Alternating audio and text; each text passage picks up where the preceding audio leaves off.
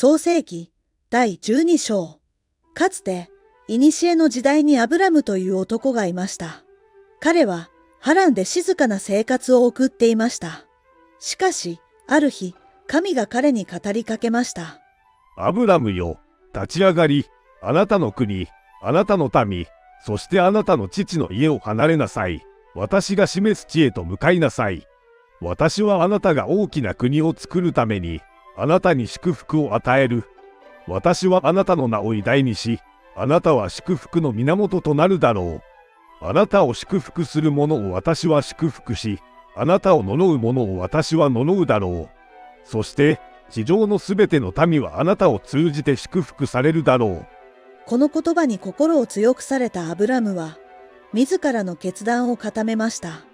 アブラムは、神の言葉に従い、長い旅の準備を始めました。彼は妻のサライ、甥のロト、そしてハランで築き上げた全財産、家畜、財宝、そして一緒に働く人々を連れて、旅立ちの時を迎えました。彼らは何も知らない土地へと足を踏み出しましたが、アブラムの心は神の約束によって満たされていました。長く困難な道のりを経て、彼らはついにカナンの地に足を踏み入れました。この地は豊かで広大な景色が広がる場所で、アブラムと彼の一行はこの地の可能性と神の約束に心を躍らせました。カナンに到着した彼らは、さらに内陸へと進み、シェケムのモレの大木の地へと旅を続けました。この場所は、古くから聖地とされていた地であり、アブラムにとっても特別な意味を持つ場所となりました。彼らがシェケムに到着した時、神はこのカナンの地をアブラムとその子孫たちに与えると宣言しました。神の言葉を受けて、アブラムは深い感謝と敬虔な心を持って、その地に祭壇を築きました。彼は石を重ね、神に捧げるための場所を作り、神の名を呼んで祭壇を性別しました。これは、アブラムが神との契約を守り、信仰を示す行為であり、この地が彼と彼の子孫たちのものであるという証でもありました。アブラムとその一行はカナンの地をさらに探索し続けました。彼らの次なる目的地は、ベテルの東に位置する静かな丘でした。この地に到着すると、アブラムはそこでテントを張り、一時的な住まいを設けました。その土地は、神が見守る聖なる場所として感じられるほど、穏やかで美しい場所でした。アブラムは、ここでもまた神への感謝と信仰を示すために、祭壇を築くことにしました。完成した祭壇は、周囲の自然と調和し、神の存在をより身近に感じさせる場所となりました。アブラムは祭壇の前に立ち、心から神の名を呼びました。彼の声は丘を越えて遠くまで響き渡り、その呼び声は彼の信仰の深さを象徴していました。アブラムの家族と共に旅を続ける人々も、この祭壇が彼らが神と結ぶ約束の象徴であることを感じ取りました。祭壇の建設を終えた後、アブラムはさらに南へと向かう決意を固めました。次の目的地は、乾燥しているが神秘的な美しさを持つネゲブ地方でした。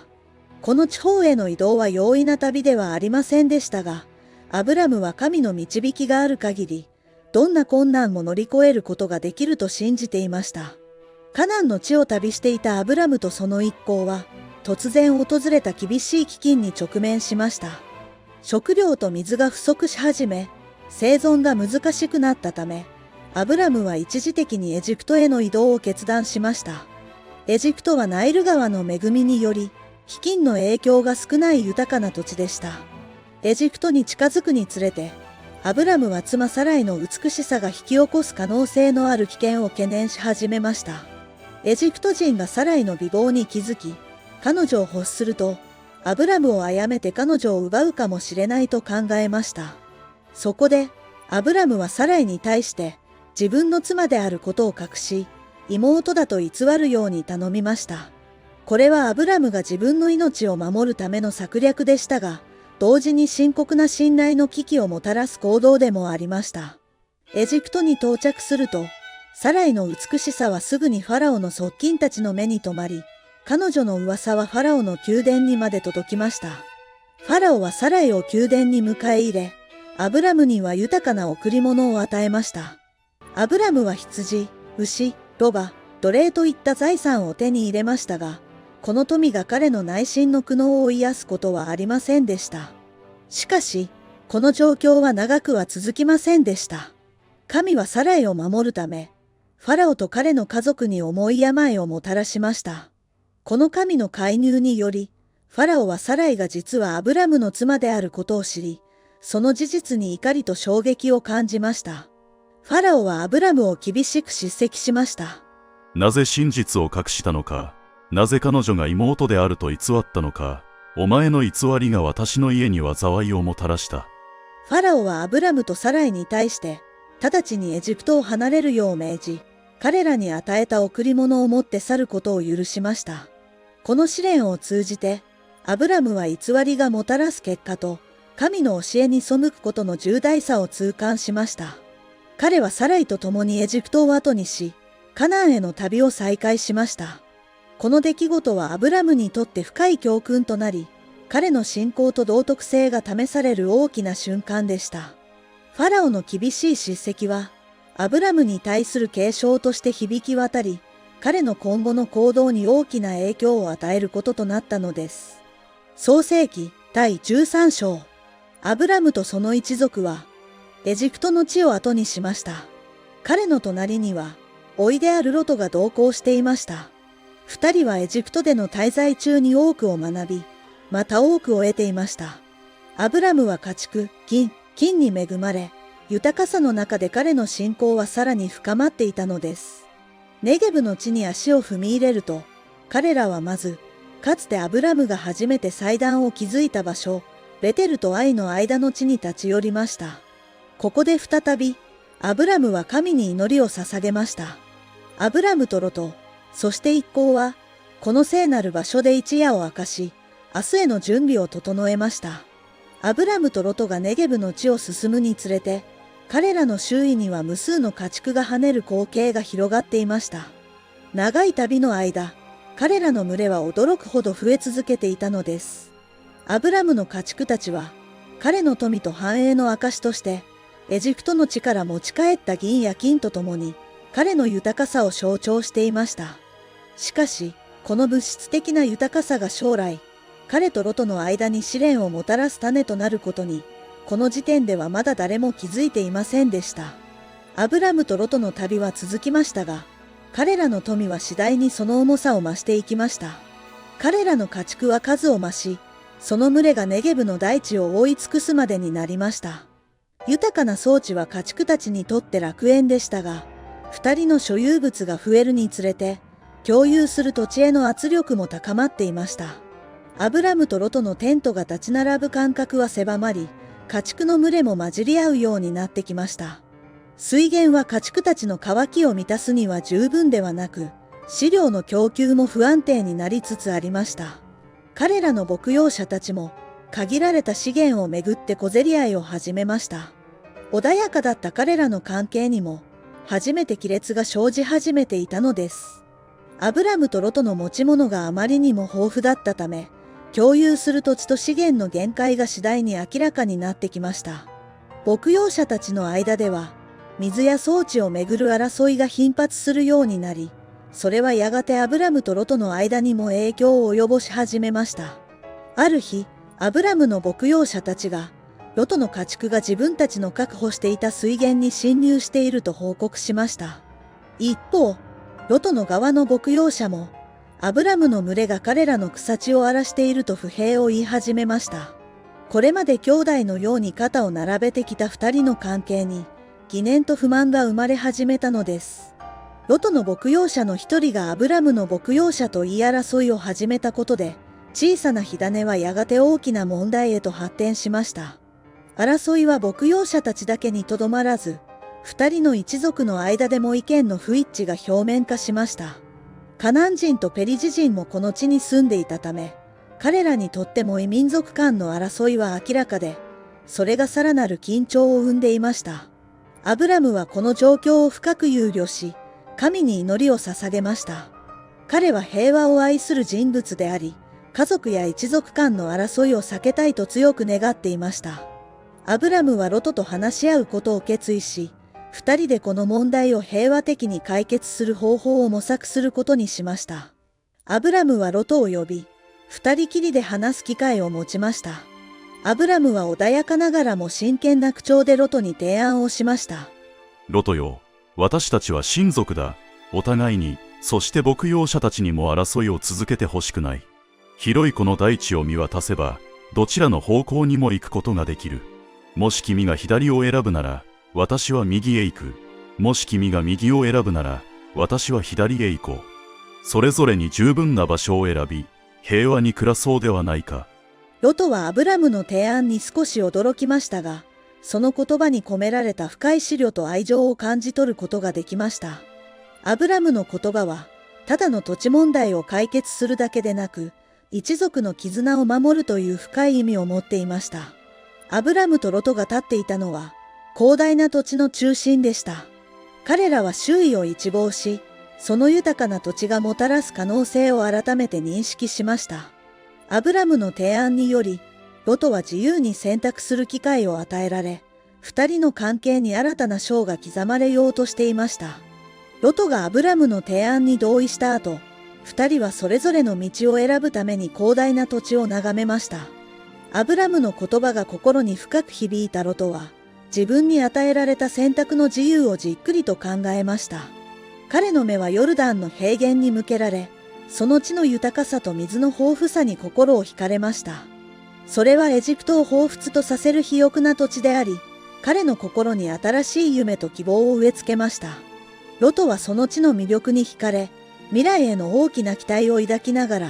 アブラムに自分の決意を伝えました。アブラムのおじさん、私はこの肥沃なヨルダンの平原を選びます。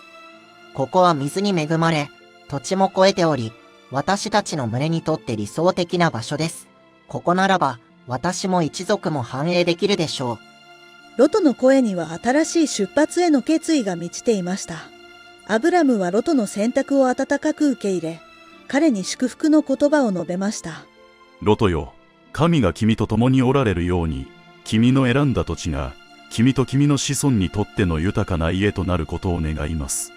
ロトは感謝の気持ちを込めてアブラムに頭を下げ、新しい土地での生活を始める準備を整えました。一方で、アブラムはカナンの地にとどまることを選び、神が彼に示した約束の地を守り続けることを決心しました。ロトが自分の家族と共に旅立つ日が来ました。彼の目の前にはヨルダンの平原が広がっており、その土地が彼に新しい希望と繁栄を約束しているように感じました。朝早く、彼はテントを畳み、家畜を集め、一族を率いてその肥沃な地へと向かいました。一方、アブラムはカナンの地にとどまり土地を守り育てることに専念しました。彼にとって、この地は神が彼に与えた約束の土地であり、彼の信仰の中心地でした。アブラムは神の導きと約束を信じ、この地で神に仕えることを決意していました。ロトが旅立つとき、アブラムは彼を温かく見送りました。二人の間には、別れの寂しさとともに、互いに対する深い愛情と尊敬が満ちていました。彼らはそれぞれの道を行くことになりましたが、家族としての絆は決して断ち切られることはありませんでした。ロトがヨルダンの平原に近づくにつれて、彼が選んだ土地の美しさとは裏腹に、その地に住む人々の生活様式には暗い影が見え隠れしていました。彼がテントを張った近くのソドムの町は、外見こそ豊かに見えましたが、その住民たちは道徳的な大敗に深く染まっていました。